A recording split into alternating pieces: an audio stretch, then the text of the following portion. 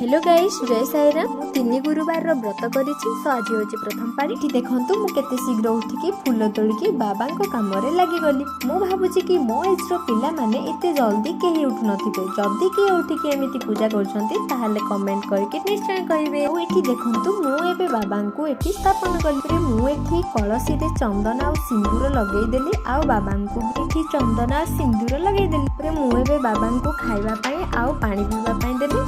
तापरे धूप दीप दे पूजा अर्चना कर देइथिली। तापरे मु एठी आरती कर देइथिली। परे मु प्रणाम कर देइथिली आ मो क्षमा प्रार्थना भी कर देइ। मु एठी सकाळरो पूजा सारला परे दुईटा गाई आसीतिले सेमानकु मु खाइबा पई भी देइ देइथिली।